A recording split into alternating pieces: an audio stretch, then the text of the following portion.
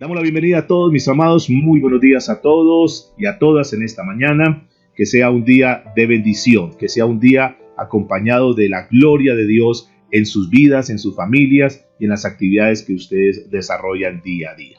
Sean todos bienvenidos en esta mañana y vamos a entrar en materia, vamos a comenzar con nuestro estudio. Estamos analizando el Sermón del Monte. Seguramente que este tema tiene mucho, simplemente estamos tratando de extractar las cosas puntuales de este hermoso sermón que quedó registrado ahí a partir del libro de Mateo, capítulo 5, que es el que estamos estudiando, y les pido por favor que abran sus Biblias y vamos a comenzar con el estudio del día de hoy. Estamos trabajando con el carácter del cristiano. El carácter del cristiano, hoy estamos en la parte número 3, el tercer tema que tiene que ver con el carácter del cristiano. Es decir, aquellas características que nos hacen diferente a los demás. Aquellas cosas que el Señor aquel día sentado en ese monte le enseñó a sus discípulos, cualidades que debían tener ellos, características que debían tener ellos para marcar una diferencia en este mundo. Esas palabras son tan vigentes, están tan vivas, tienen tanta verdad como hoy en día. Así como en ese tiempo les predicó y ellos pudieron creer, ellos pudieron hacer cambios, transformaron, trastornaron donde iban. Cuando llegaban a alguna ciudad decían, ya llegaron aquellos que trastornan la ciudad. Porque era tanto el impacto que ellos ocasionaban en las ciudades donde llegaban, a las casas que llegaban, que la gente era transformada por el poder de Dios. Pero ese poder se daba porque sus vidas estaban cambiadas. Y por eso este sermón es bien importante, porque podríamos decir es la base, es la raíz. A partir de ahí ellos comenzaron verdaderamente a ser trastornados por dentro, transformados por dentro y a impactar a cada persona que se encontraba con ellos. Dice la Escritura en el libro de Mateo, capítulo 5, a partir del verso 6, bienaventurados los que tienen hambre y sed de justicia. Diga conmigo, allá donde tú estás, hambre y sed de justicia, porque ellos serán saciados. Bienaventurados los misericordiosos, porque ellos alcanzarán misericordia. Vamos a entrar a trabajar con este primer versículo que dice, bienaventurados los que tienen hambre y sed de justicia, porque ellos serán saciados. En estos versículos Jesús nos habla metafóricamente de dos necesidades básicas que tiene el ser humano. Una de ellas es el hambre y otra es la sed. Hambre y sed. Son cosas que son vitales, que son importantes, que son básicas en el ser humano. En el idioma original se hace referencia no a un hambre cualquiera, como que tú tienes hambre y vas y comes algo y ya te pasó. No. Aquí está hablando de un hambre y de una sed que es intensa. Un hambre y una sed que es extrema.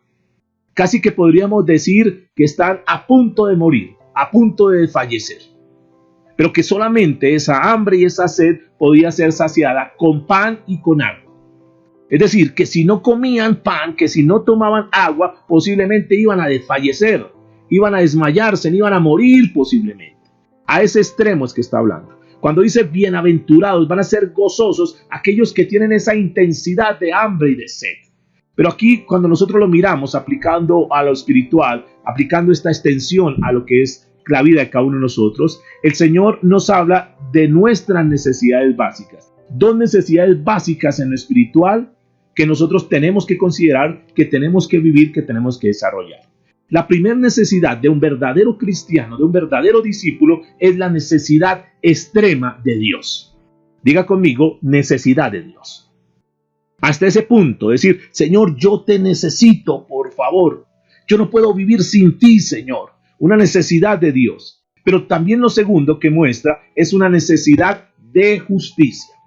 Diga conmigo, necesidad de justicia. Dos necesidades básicas que Jesús le está diciendo a sus discípulos que para tener ese rasgo, esa característica, para ser como Él, para caminar como Él manda en esta tierra, a sus discípulos necesitan tener necesidad de Dios y necesidad de justicia. Pero a ese nivel extremo. No es simplemente algo superficial. Sí, yo necesito de Dios. No, es, Señor, yo te necesito. Señor, mis hijos te necesitan. Padre, si tú no intervienes en este momento, no sabemos qué va a pasar en nuestra vida. El cristiano debe tener esa característica donde tiene esa hambre y sed de las cosas de Dios. La palabra que se traduce como justicia es un término griego que es la palabra dikaisonune. Y esta palabra dikaisonune, el cual se refiere a rectitud y justicia en el carácter. Escúcheme por favor. Es una de las cualidades que nosotros como cristianos necesitamos intensificar, necesitamos desarrollar. Algunos tendrán que implementar. El cristiano debe tener una característica, un rasgo, un perfil de un cristiano. Tiene que estar enmarcado en la rectitud y en la justicia. Debe tener un carácter recto y justo. Eso nos hace diferentes a los demás, mis amados.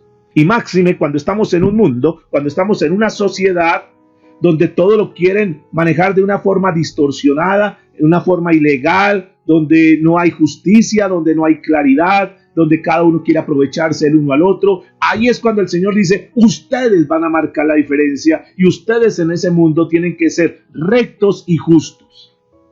La palabra nos habla de ambos rasgos que fueron características, que son características de Dios.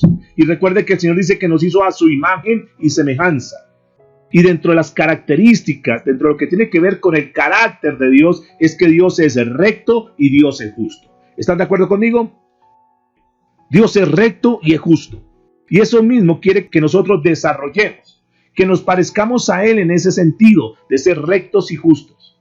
Cuando Jesús dice, bienaventurados, felices, supremamente gozosos, los que tienen hambre y sed de justicia, nos está hablando de un rasgo del carácter que debe ser desarrollado y ser mostrado por los discípulos.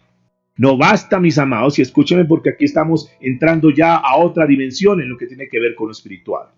Estamos ahondando, estamos extractando esas riquezas, esos tesoros que Dios deja en la palabra y que Él, por su misericordia, hoy nos los devela. Dentro de los rasgos y carácter que nosotros debemos desarrollar como discípulos es esto: ser rectos y ser justos. Un verdadero discípulo, un verdadero cristiano, tiene hambre y sed de justicia. Es decir, desea ser recto y justo.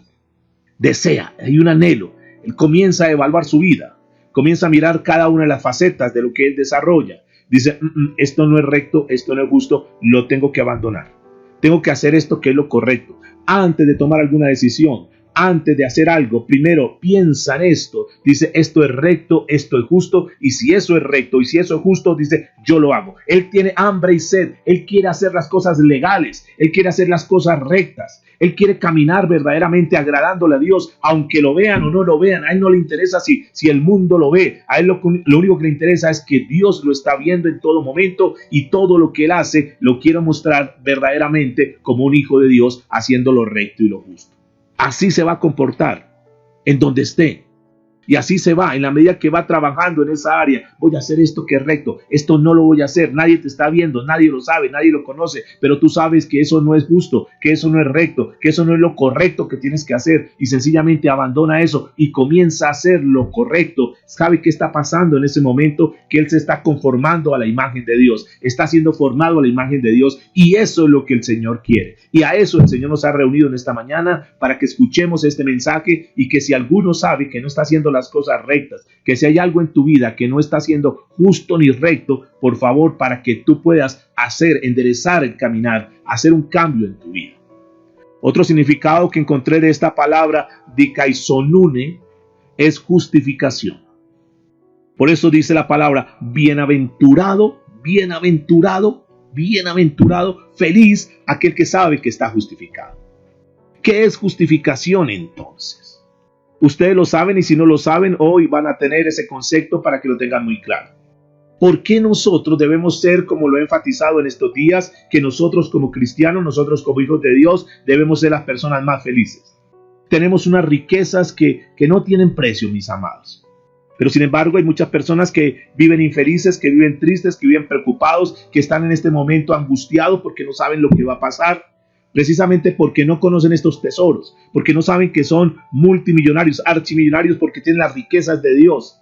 Y sin embargo se miden de acuerdo al estándar del mundo, y cuando se miden de acuerdo al estándar del mundo, entonces pasa como aquellos espías que estuvimos estudiando, siendo los príncipes, siendo las autoridades en cada una de sus tribus, terminaron convirtiéndose o haciéndose ver como si fueran langostas, como si fueran cucarachas, cuando verdaderamente tenían un lugar de privilegio.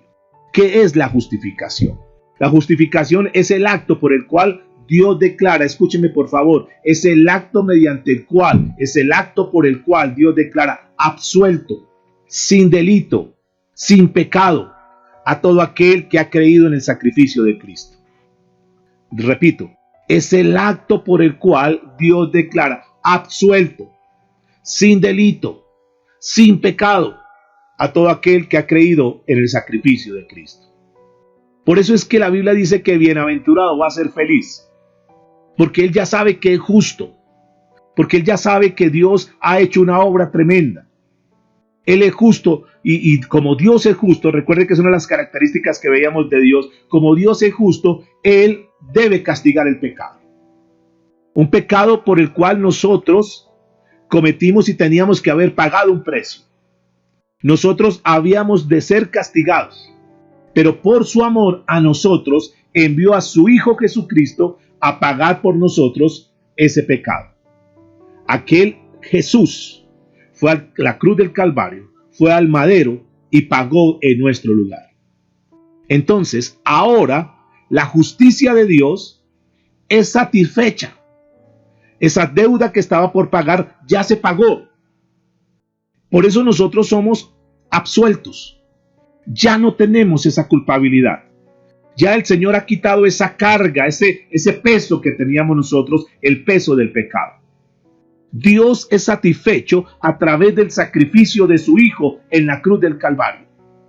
Como ya Jesús pagó el precio, entonces ya Dios, como es justo, ya hubo alguien que pagó por nosotros y nosotros somos justificados. La Biblia dice que Cristo fue entregado por nuestras transgresiones y resucitado para nuestra justificación. Eso está en Romanos 4:25. Dice en la Nueva Traducción Viviente, escúcheme con atención, por favor. Dice la Escritura, Romanos 4:25, Él fue entregado a la muerte por causa de nuestros pecados y resucitado para hacernos justos ante los ojos de Dios. Y eso es importante, mis amados, que Cristo resucitó para hacernos justos a los ojos de Dios. Eso es importante, que cuando Dios te ve a ti, cuando Dios me ve a mí, entonces nos ve justos. Es decir, personas que ya pagamos la deuda, estamos limpios, estamos libres de toda condenación. Y esto nos tiene que hacer felices, mis amados. Por eso el cristiano tiene que estar gozoso y feliz. Porque ya eso que estaba, esa deuda que estaba por pagar, esa carga tan grande que tenía, que era impagable por nosotros, Cristo la pagó por nosotros. Por eso está diciendo que bienaventurados los que tienen hambre y sed de justicia. Un verdadero cristiano, un verdadero discípulo necesita reconocer la justificación de sus pecados. El castigo que merecíamos ya fue pagado por Cristo en la cruz del Calvario. ¿Cuántos desde allá pueden decir amén y darle gracias a Dios? Esto es algo bien importante. Por eso el apóstol Pablo recalca mucho sobre este tema. Y a los romanos les escribió en el capítulo 5, a la altura del verso 1, justificados pues por la fe, tenemos paz para con Dios. Claro, mis amados, porque ya ese sinsabor que teníamos en nuestra vida, ese malestar que estaba en nosotros por haberle fallado a Dios, ya a través de la justificación que Cristo dio por nosotros, ahora tenemos paz para con Dios. Tu vida, y si tú no tienes, si no estás pasando por eso, si no estás viviendo en esa paz, en esa tranquilidad, en esa felicidad que produce el estar bien con Dios, yo te invito, amado del Señor, a que tú vayas delante de Dios, vayas a la presencia de Dios y le digas: Señor, yo tengo este pecado, Señor, yo estoy mal delante tuyo, por favor, Señor, perdona mis pecados. Tienes que reconocer tu pecado, tienes que confesarlo y tomar la decisión de apartarte para que venga la paz. Por eso dice: justificados pues por la fe, tenemos paz para con Dios por medio de nuestro Señor Jesucristo. Esto sí que es hermoso, mis amados. Que ahora nosotros, por eso Jesús dice: ustedes son felices. Mis amados, yo sé que habrán dificultades, problemas, crisis, pero el problema con P mayúscula ha sido solucionado a través de Cristo Jesús. El mismo apóstol Pablo a los romanos en el capítulo 3, verso 22, le dice algo que es bien interesante. Romanos 3:22. La justicia de Dios por medio de la fe en Jesucristo para todos los que creen en Él. Todos, mis amados. Todos los que creemos en Él. Porque no hay diferencia. Escuche lo que dice el verso 23. Por cuanto todos pecaron y están destituidos de la gloria de Dios, siendo justificados gratuitamente. Justificados gratuitamente. Claro, para nosotros fue gratis, pero para Jesús le costó hasta su propia vida. Siendo justificados gratuitamente por su gracia mediante la redención. Esa palabra redención es pagar un precio por el rescate de un esclavo. Y eso fue lo que hizo el Señor. Esa palabra redención aplicó y aplica en nuestras vidas. Porque nosotros estábamos en esa plaza, exhibidos públicamente como pecadores, en ese ágora donde se vendían los esclavos. Ahí estábamos nosotros en esa fila de esclavos, que íbamos a ser condenados, íbamos a ir para el infierno, pero Jesús, mediante su redención, pagó el precio y nos libertó, nos sacó de la esclavitud del mundo, nos sacó de la esclavitud del pecado. Y eso debe producir gozo, alegría, bienaventuranza en nuestra vida. Dice la Escritura, mediante la redención que es en Cristo Jesús, a quien Dios puso como propiciación. Esta palabra propiciación es en lugar de alguien, en lugar nuestro. En lugar de estar nosotros, nos puso a un lado y Él se colocó al frente y dijo, yo pago por ellos. Por medio, dice, de la fe en su sangre para manifestar su justicia. Ahí está la palabra justicia, recto, justo. Jesús, Dios, es un Dios justo, un Dios recto. Y alguien tenía que pagar la deuda. Eso no es, bueno, está bien, se me olvida esa deuda. No. Es decir, hay que pagar la deuda. Hay una deuda, hay que cancelarla. Eso no es como muchos hacemos. Sabemos que tenemos la deuda y es esperar que se les olvide, que no me cobre. Y como no te cobra, entonces, ya no hay que pagar eso. No, con Dios no es así, mis amados.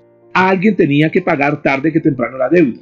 Pero la buena noticia, por eso dice tenemos que estar felices, es que esa deuda ya fue pagada y esa deuda no la pagamos nosotros, hubo alguien que la pagó por nosotros y ese alguien fue Cristo Jesús. Sigue diciendo la Escritura, a causa de haber pasado por alto en su paciencia los pecados pasados. Ya pasó eso. ¿Por qué? Porque Cristo pagó esa deuda. Entonces ya Dios cuando nos ve dice, no, ya ustedes, yo los veo limpios, yo no los veo con pecado. Ustedes están completamente justificados gracias a lo que hizo Jesús por nosotros. No por nuestras obras, como dice la Escritura, para que nadie se gloríe. No porque tú seas buena persona, no porque tú ayudes con un mercado, no porque tú digas, no, yo estudio mucho la Biblia, yo colaboro en la iglesia, yo participo, yo aporto para el desarrollo de la obra de Dios. No por eso, simplemente por la obra redentora de Cristo Jesús.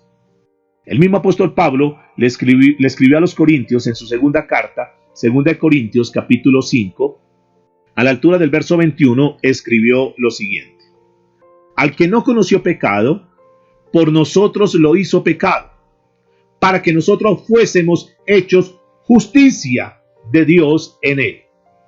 Es decir, escúchenme mis amados, que nuestra vida pasada ya fue borrada, ya no existe más.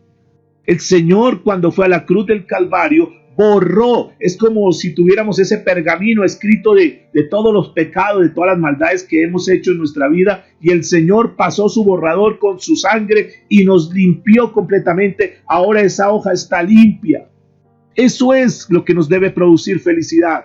Bienaventurados aquellos que tienen hambre y sed de justicia, aquellos que entienden la magnitud de lo que Cristo hizo por ustedes, aquellos que reconocemos que el precio fue muy alto. Y por lo tanto, como reconocemos que el precio fue muy alto, ahora queremos vivir por aquel que pagó el precio por nosotros. Aquel que nos evitó la condenación, aquel que nos evitó el juicio, aquel que nos evitó esa carga tan grande que no podíamos pagar. Por eso ahora nuestra vida se centra en poderle servir a Él. Pedro también habló al respecto en su primera carta, en el primer capítulo. Primera de Pedro, capítulo 1, verso 1, que dice lo siguiente. Primera de Pedro, capítulo 1, verso 1 y 2. Yo, Pedro, apóstol de Jesucristo, escribo esta carta a los elegidos por Dios que viven como extranjeros en las provincias de Ponto, Galacia, Capadocia, Asia y Bitinia. Dios Padre los conocía y los eligió desde hace mucho tiempo, y su Espíritu los ha hecho santos, es decir, apartados para Dios. Como resultado, es decir, ahora que somos santos, ahora que somos apartados para Dios, Como resultado, ustedes lo obedecieron y fueron limpiados. Diga conmigo, limpiados por la sangre de Jesucristo. Que Dios les conceda cada vez más gracia y paz. Ya nosotros, mis amados, somos limpiados. Nuestro pasado fue borrado. Nuestro pasado fue quitado. Eso no fue solamente que lo cubrió, como pasaba en el Antiguo Testamento, que simplemente se cubría el pecado. No, Jesús tomó el pecado y lo sacó, lo arrancó, lo quitó de nuestras vidas. Fueron limpiados por la sangre de Jesucristo. Ese es el propósito, y ahí en este versículo nos lo deja ver. El propósito de la sangre de Cristo fue para quitar nuestro pecado, para limpiar nuestro pecado. Eso no es para que nos vaya bien, eso no es para que tengamos buena cobertura, para que Dios nos proteja. No, es para limpiar el pecado. Ese es el propósito de la sangre de Cristo. Cuando una persona es justificada, Dios empieza a trabajar en su carácter. Es decir, esa persona ya sabe ese peso tan grande, entonces el Espíritu Santo que mora en él lo va llevando a obedecer cada vez más a Dios. El Espíritu Santo que mora en él lo hace que cada vez sea más recto y más justo. Lo lleva a desarrollar, lo lleva a manifestar un deseo intenso, escúcheme por favor, un deseo intenso de agradarle a Dios. Está tan agradecido con Dios que esa persona quiere vivir para Él. No tiene cómo pagar ese precio. Dice, es que lo que hizo fue tremendo. Semejante hombre que era yo, semejante mujer que era yo, tan pecador, tan pecadora. Ahora el Señor me ha limpiado y dice la Escritura. Él entiende ya esto porque ha escudriñado, está en lo profundo. Ahora entiende que Él ya delante de Dios está completamente limpio. Entonces dice, yo para qué sigo viviendo para el mundo, yo para qué sigo viviendo de mis cosas, de mis deseos, para qué sigo viviendo de mi concupiscencia, en mis deleites, en mis placeres. Ahora yo quiero vivir para Él. La historia muestra de un hombre llamado, que seguramente ustedes han escuchado, Martín Lutero. Este gran reformador de la iglesia de la Edad Media. Este hombre sufría mucho, cuenta la historia, que este hombre sufría mucho, tenía un gran vacío en su corazón. Este hombre sabía que le faltaba algo y tenía la claridad, la nitidez, que él se iba a ir para el infierno, que si él moría se iba a ir para el infierno. Y comenzó un desasosiego en su corazón, comenzó una necesidad desesperada por buscar qué era eso. Él tenía el presentimiento, yo me voy a ir para el infierno. Entonces entendió que tenía que comenzar a buscar las cosas espirituales, que había algo más importante que las cosas materiales y que era buscar las cosas espirituales. Y entonces escuchó que había un grupo de personas que se reunían en un convento. Y él se fue para allá, dijo, no, yo me meto a este convento, a ver si aquí encuentro eso. En ese convento religioso se aplicaban castigos físicos. Lo hacían como un método, entre comillas, para limpiar los pecados, para conseguir el favor de Dios. Y Martín Lutero dijo, esto es lo que yo necesito. Y se metió al convento y durante mucho tiempo estuvo ahí, un convento católico. Y entonces se flagelaba, se golpeaba y una cantidad de cosas, hacía sacrificios y lo demás. Pero decía, no, yo sigo con ese vacío. A pesar de que me he golpeado, a pesar de que he estado aquí enclaustrado, yo no encuentro eso. Y un día entonces busca un sacerdote que estaba ahí en el convento y le dice, yo tengo un vacío en el corazón, por favor, ayúdame. Y dice la historia que duró una confesión de más de 11 horas. Él ahí con el sacerdote, yo he hecho esto, he hecho lo otro, 11 horas ahí postrado. Y después de que terminó las 11 horas de confesión, dijo, no tengo la paz que necesito. Él tenía una carga inmensa en su corazón, un deseo verdaderamente de encontrar a Dios. Y se ha dado cuenta que no era ni la confesión, que no era ni latigarse, ni hacer sacrificios, porque ahí no encontraba, seguía con ese vacío. Y en esa búsqueda de querer agradar a Dios, de querer buscar a Dios, de querer encontrar a Dios, entonces se encuentra en el camino con un sacerdote, que posteriormente se convirtió en su tutor. Y él le dijo, mire, por favor, ayúdeme. Yo tengo un vacío en mi corazón. Yo necesito verdaderamente buscar a Dios. Ayúdeme, por favor. ¿Qué hago? Y entonces este hombre le recomendó, le dijo, mire, la única manera es que tú leas la Biblia. Lee la Biblia y busca a Jesucristo. Y Martín Lutero comenzó a leer la Biblia. Y leía la Biblia y leía la Biblia hasta que un día Él encontró la paz y encontró el perdón. Él al estudiar la Biblia encontró el pasaje de Romanos capítulo 1, verso 17, que dice que el justo por la fe vivirá. Y esa palabra se convirtió en rema y saltó ese papel, saltó esa tinta de ese papel a su mente, a su corazón. Dijo, esto es lo que yo necesito. El justo por la fe vivirá. Y entendió que creer en el sacrificio de Cristo Jesús le daría la vida eterna, le daría la seguridad de la salvación, le daría la paz que tanto estaba necesitando. Y dijo, aquí encontré esa pieza que estaba buscando hace mucho tiempo. Aquí encontré el resultado, aquí encontré lo que tanto anhelaba en mi corazón. Ahora encuentro la paz. Que si yo creo en el sacrificio que Cristo hizo por mí, entonces yo soy justo. Y si yo soy justo, entonces voy a vivir eternamente. El justo por la fe vivirá. Y este hombre a partir de ahí se convirtió en el reformador.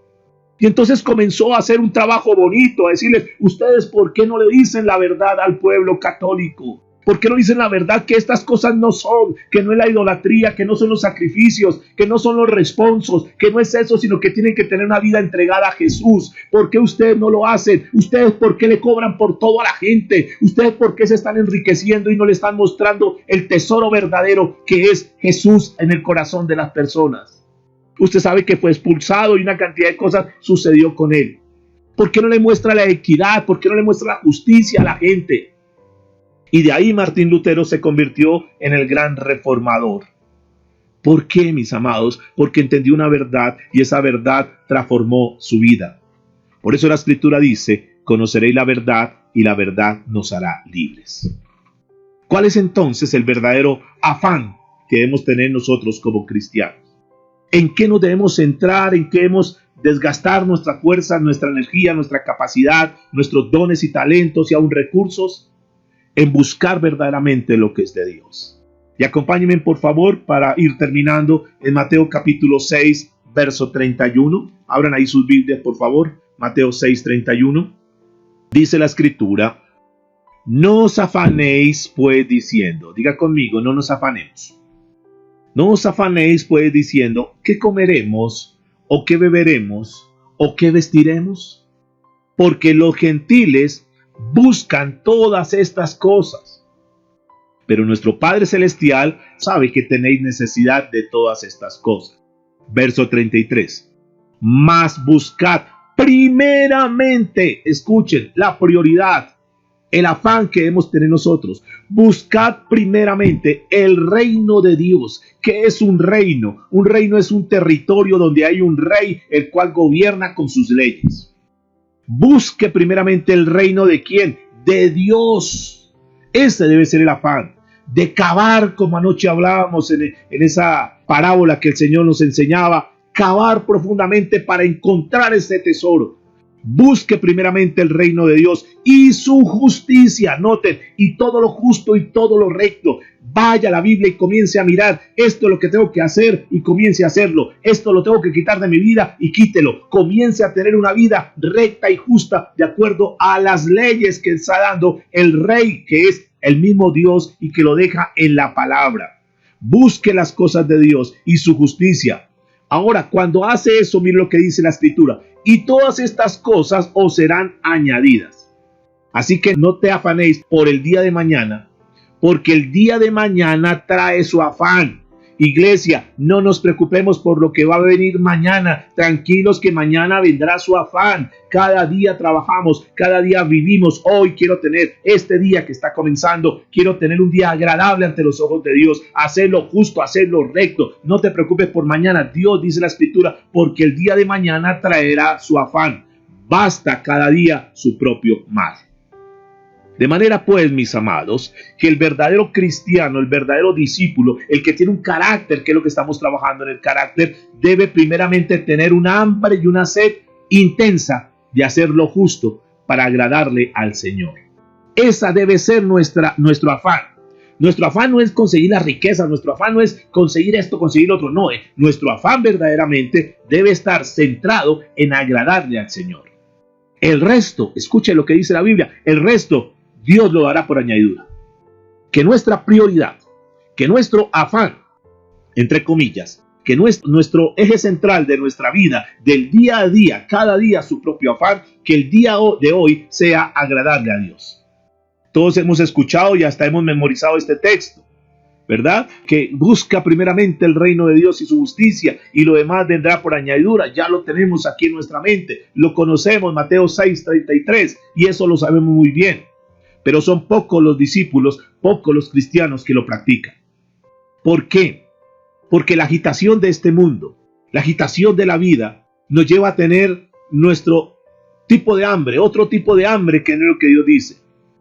Porque el agite, el medirnos con el estándar del mundo, nos lleva a querer cada vez tener mejor posición económica, tener mayor poder.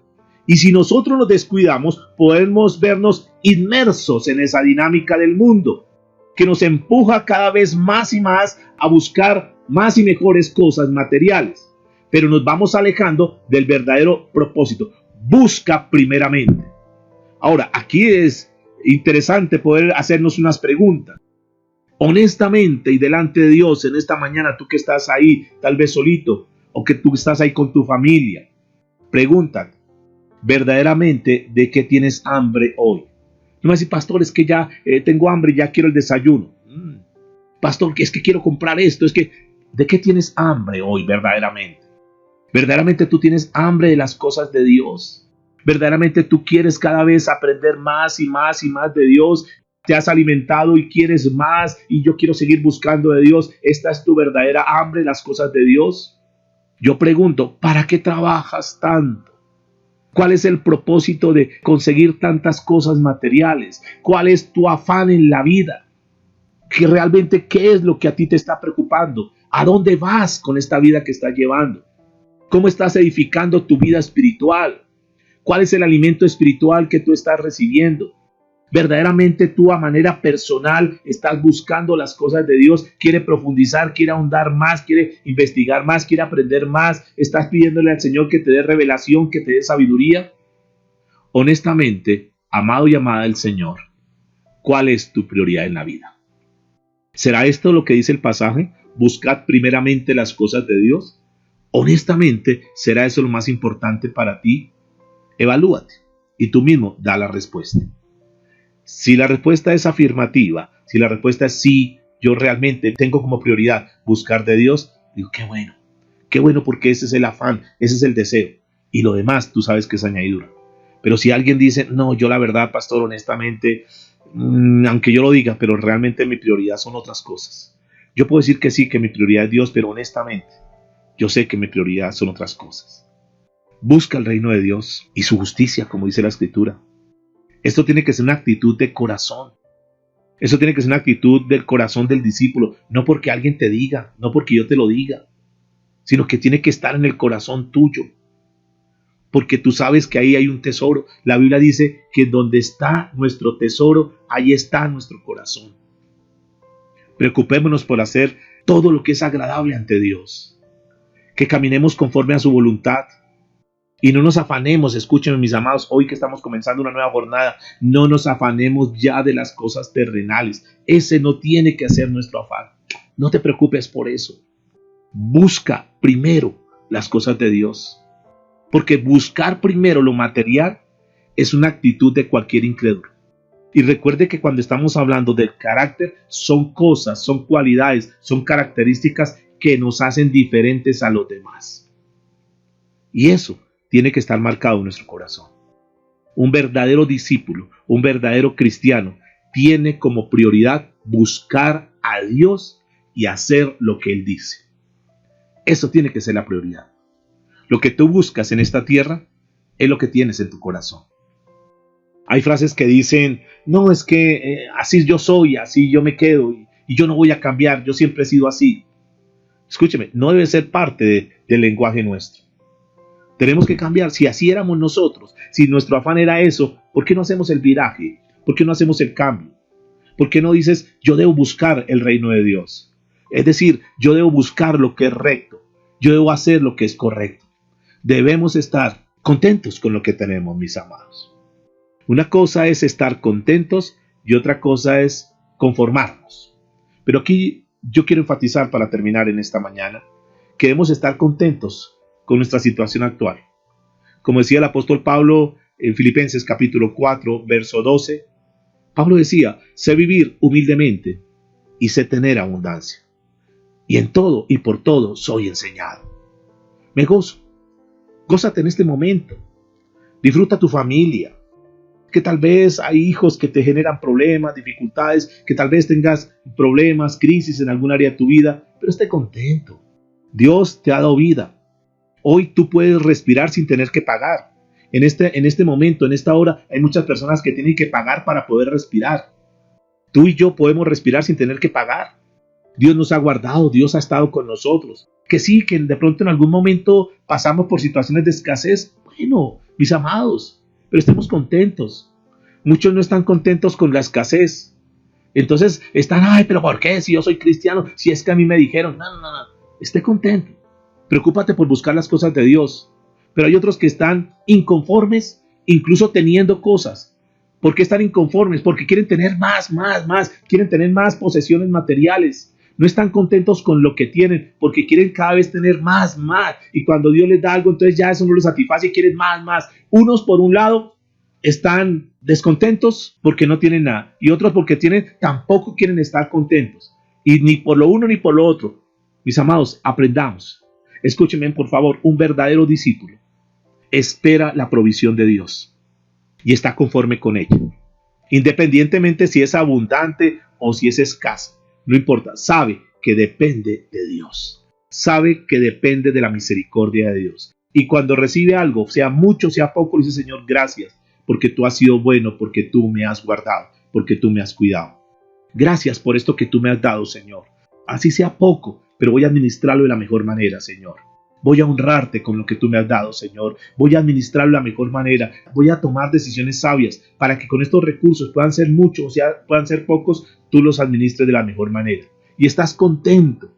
Y Dios conoce ese corazón de la persona que dice, gracias, Señor, porque yo estoy contento con lo que tú me has dado. Y termino con lo que dice el Salmo 42, verso 1 y 2. Como el ciervo brama por las corrientes de las aguas. Brama, anhela. Así clama por ti, Dios, el alma mía. Mi alma tiene sed de Dios, del Dios vivo. Que verdaderamente, mis amados, nuestra actitud como cristianos, como hijos de Dios, sea esa actitud de verdaderamente una persona depender de Dios. Como dice la Escritura, como el siervo brama, así nosotros decimos, Señor, yo te anhelo, Señor, yo te necesito, Señor, yo verdaderamente me quiero enamorar de ti, yo quiero vivir para ti, Señor. Yo quiero servirte, Dios amado.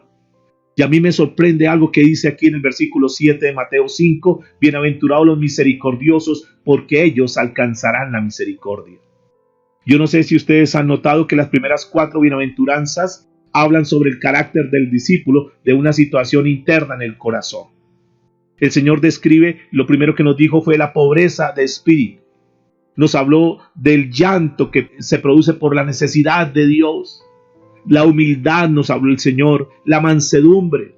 Ahora hoy nos habla del hambre y de la sed de justicia. Son cosas que tienen que estar en el corazón, son actitudes. Estamos hablando del carácter. Eso tiene que ser parte de tu vida, parte de mi vida. Dios primero trabajó o trabaja en el corazón de nosotros para que desarrollemos esa pobreza espiritual, para que nosotros verdaderamente dependamos de Dios, para que seamos humildes y mansos, digamos, Señor, dependemos de ti, por favor, lo que tú nos digas lo vamos a hacer.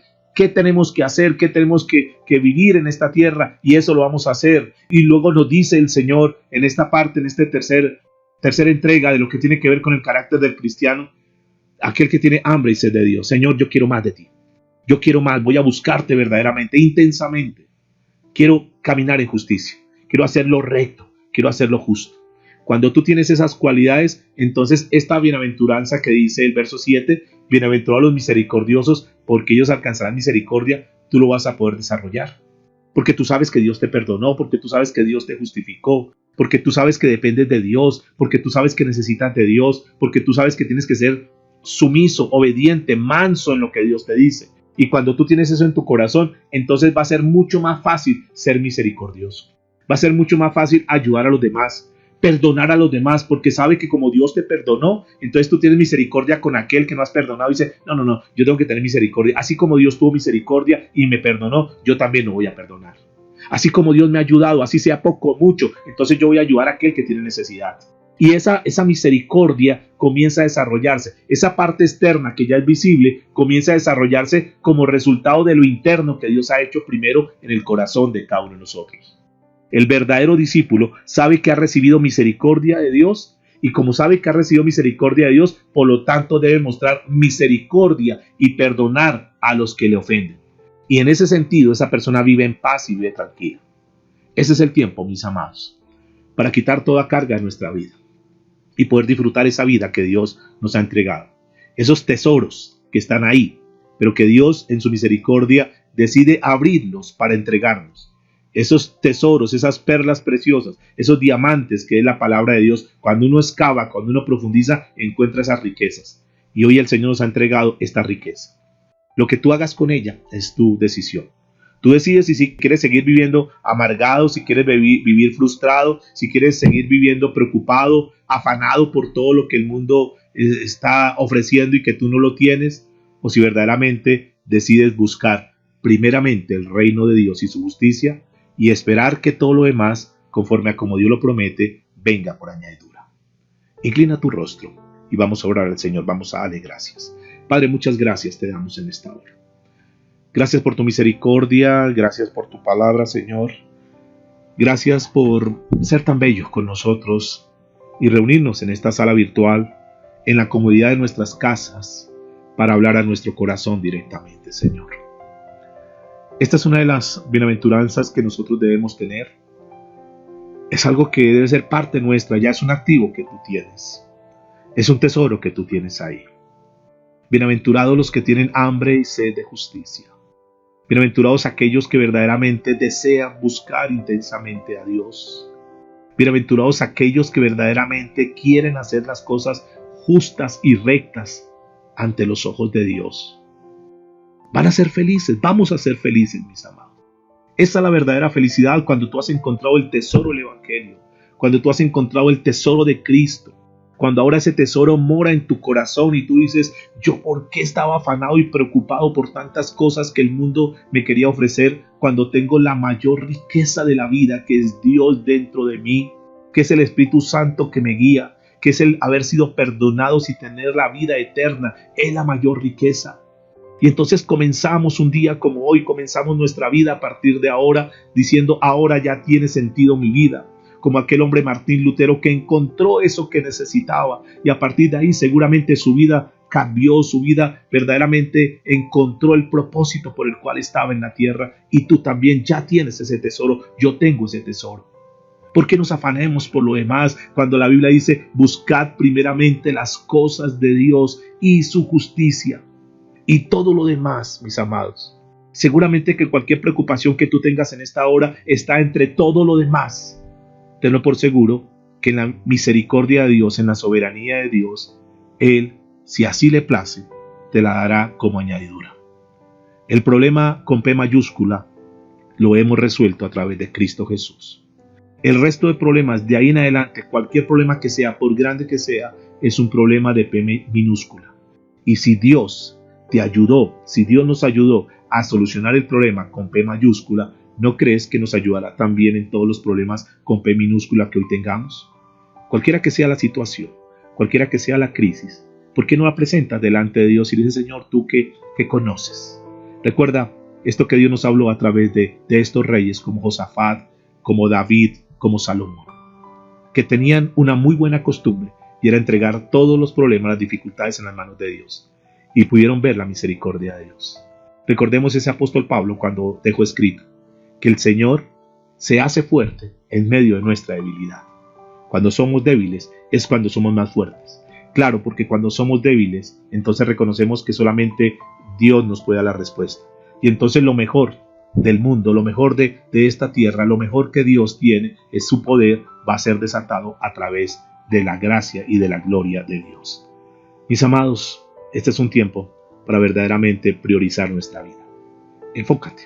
Busca la prioridad en tu vida. A veces nos dejamos arrastrar fácilmente. ¿por qué no volvemos nuevamente a las sendas y le damos prioridad y sentido a nuestra vida? Que nuestro carácter sea formado, que esta palabra verdaderamente haya tocado nuestro corazón y que nos conduzca a comenzar un día y una vida completamente diferente. Todo esto para la gloria de Dios. Amén y amén.